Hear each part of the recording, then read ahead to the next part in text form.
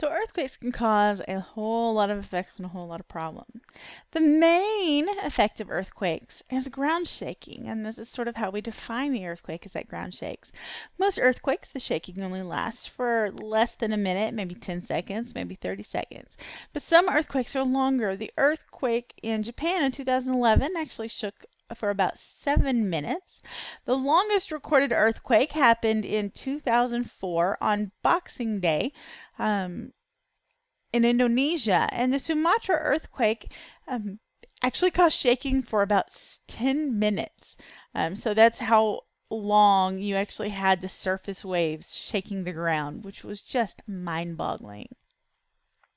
Now, how much the ground shakes, not necessarily how long, but how much it shakes, is directly related to the geology beneath you. And so the geology is going to greatly affect the intensity. For instance, in the 1989 Loma Prieta earthquake, this was the Bay Area one that happened during the World Series. The Cypress structure was a double-decker freeway system that failed because of the geology it was built on. So where the Cypress structure is here was built on mud as they're out there part of the San Francisco Bay. So over here you can see nice hard bedrock.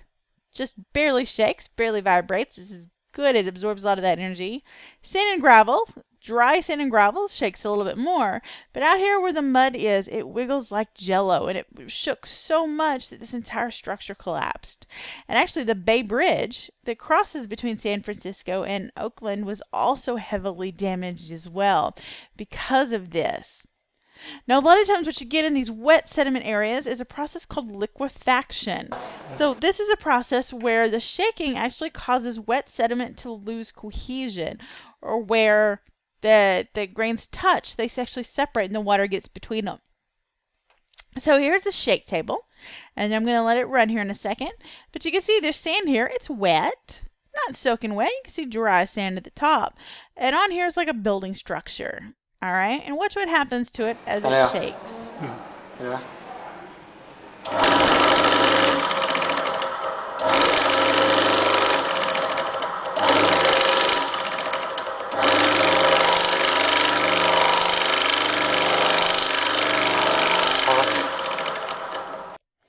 All right, look at the difference now. Look at all the water that's come up.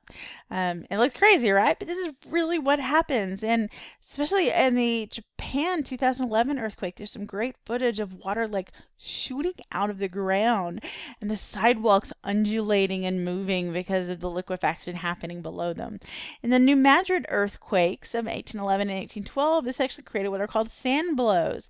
So the sand, this wet sand, was actually buried deeply underground so that when it started liquefying, the pressure shot it up into these big like geysers of sand. You can actually still see the deposits to this day throughout the area. Here's a beautiful little video. This is from the Niigata, Japan earthquake in 1964. And you can see water it's in black and white, but that's all water pouring out of the ground, which is just bizarre, but very, very wet. This is a major cause of flooding.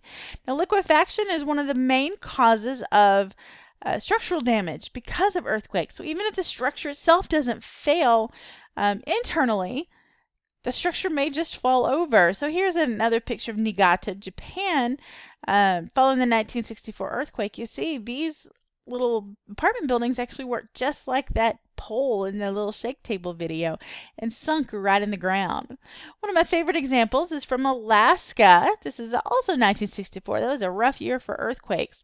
There was a housing development called Turnagain Heights built along a cliff. And this cliff overlooked the water. Beautiful views. They were built on sand and gravel.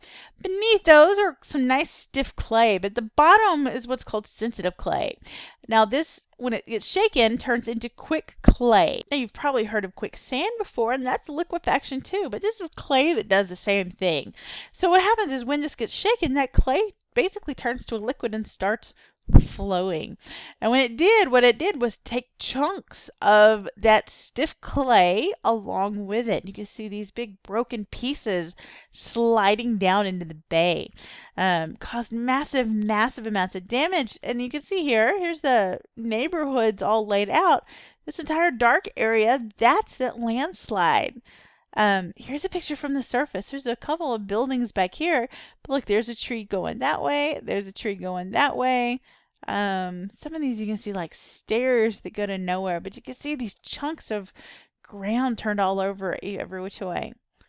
Now, of course, what do you do when you have a big patch of land that's unlivable? They turn this into a park. Another common secondary effect of earthquakes is fire. So the San Francisco earthquake in 1906 basically completely decimated San Francisco. But over 90% of the damage was because of fire, not directly from the earthquake. I love this photo because everybody just sort of standing there waiting for the fire to reach them. So you can see some major earthquake damage. The front of this building's gone, but a lot of these other ones actually don't look too bad. But they're going to burn down. And if you think about it, San Francisco in 1906, probably a lot of gas usage still. So when the earthquake shakes, it breaks those gas lines. It sparks as the rough metal rubs against each other, and then fires light actually very, very easily. Another example of where the fire was particularly bad was in Kanto, Japan in 1923. In this case, 71% of Tokyo was destroyed by fire. And one of the reasons why the fires got so bad is because this happened at lunchtime. Many people still use traditional cooking methods of cooking over open flames inside their kitchens. So when the earthquake shakes, it shook all the coals and stuff out of the normal fire pit, and everything lit up. Now, here's a terrible story. The roads in Kanto were actually covered in tarmac. Now, usually we heard the term in terms of airports, but tarmac is a product name, not like just the ground at the airport. It's actually a product name. It's the sticky asphalt that they put on top of it. And that asphalt reacts to heat.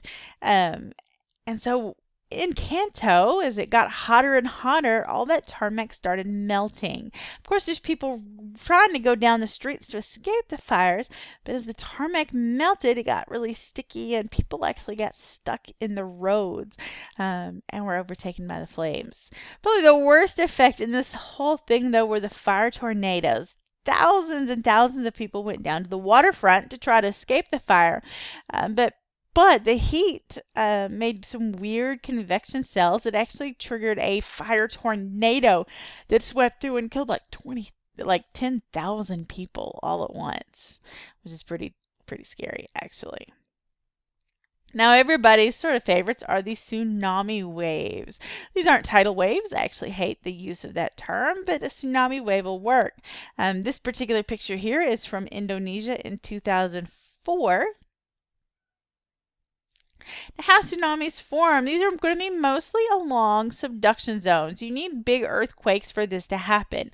At least greater than a magnitude 6.5. You need an earthquake that happens underwater, and you need vertical displacement of that water. All right, so here's a subduction zone. Watch what happens. That subduction zone is going to get logged.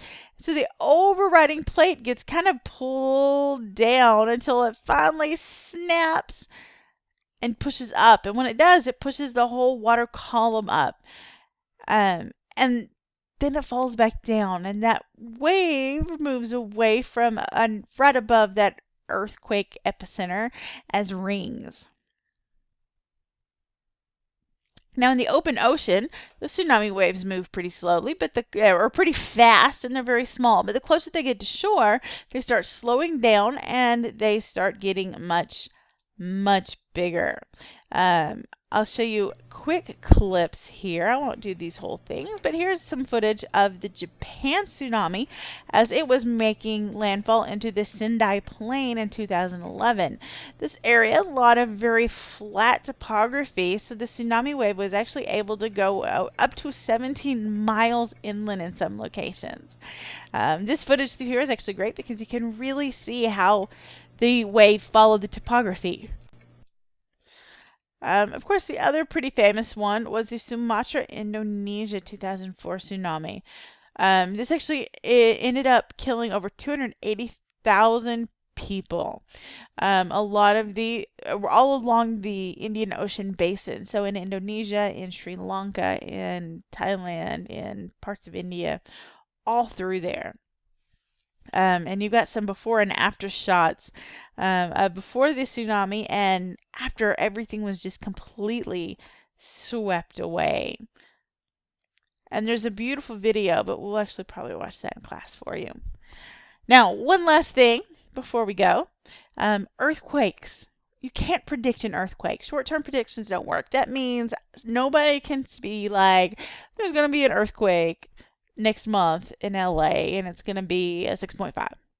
It just doesn't work that way. I can be like, there's going to be an earthquake tomorrow somewhere in the world because it always happens. But we can actually make long-term predictions because they happen at fairly regular frequencies.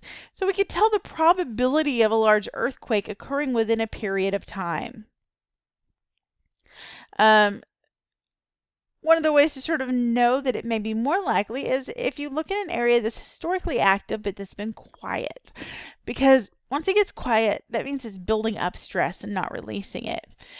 For instance, here is a map of earthquakes, and this Loma Prieta earth area was actually very quiet leading up to the earthquake. So that had lots of stress building up. Here's a forecast for California for the likelihood of experiencing a magnitude 6.7 larger earthquake in the next 30 years. All right, and well, a lot of times we use 30 years for this because as it notes here, that's the typical duration of a homeowner's mortgage. So if we look, the redder it is, the more likely it is. So if it's purple and pink, that means that it's pretty much certain to have an earthquake in the next 30 years versus 10% versus 1%. So not very likely, all the way down to actually fairly unlikely. So you can see right along the coast, actually outside of the state borders, very low risk. But along the San Andreas system, you can see pockets with higher risks. And some of the highest risk is down here on the southern part of the San Andreas Fault near the Salton Sea area. Those are going to be one of the big places. And of course, right here, I think this is probably the Garlock Fault. I could be wrong, though. So of course, since we don't know when they are coming, you should always be prepared for one in case you're in an earthquake-prone area. And so the Great Shakeout is a way of practicing for earthquakes. People can do drills. They also have entire governments that actually run practice drills to make sure they know and are ready to respond to this. But most importantly, if you ever find yourself in an earthquake, you're supposed to drop, cover, and hold on.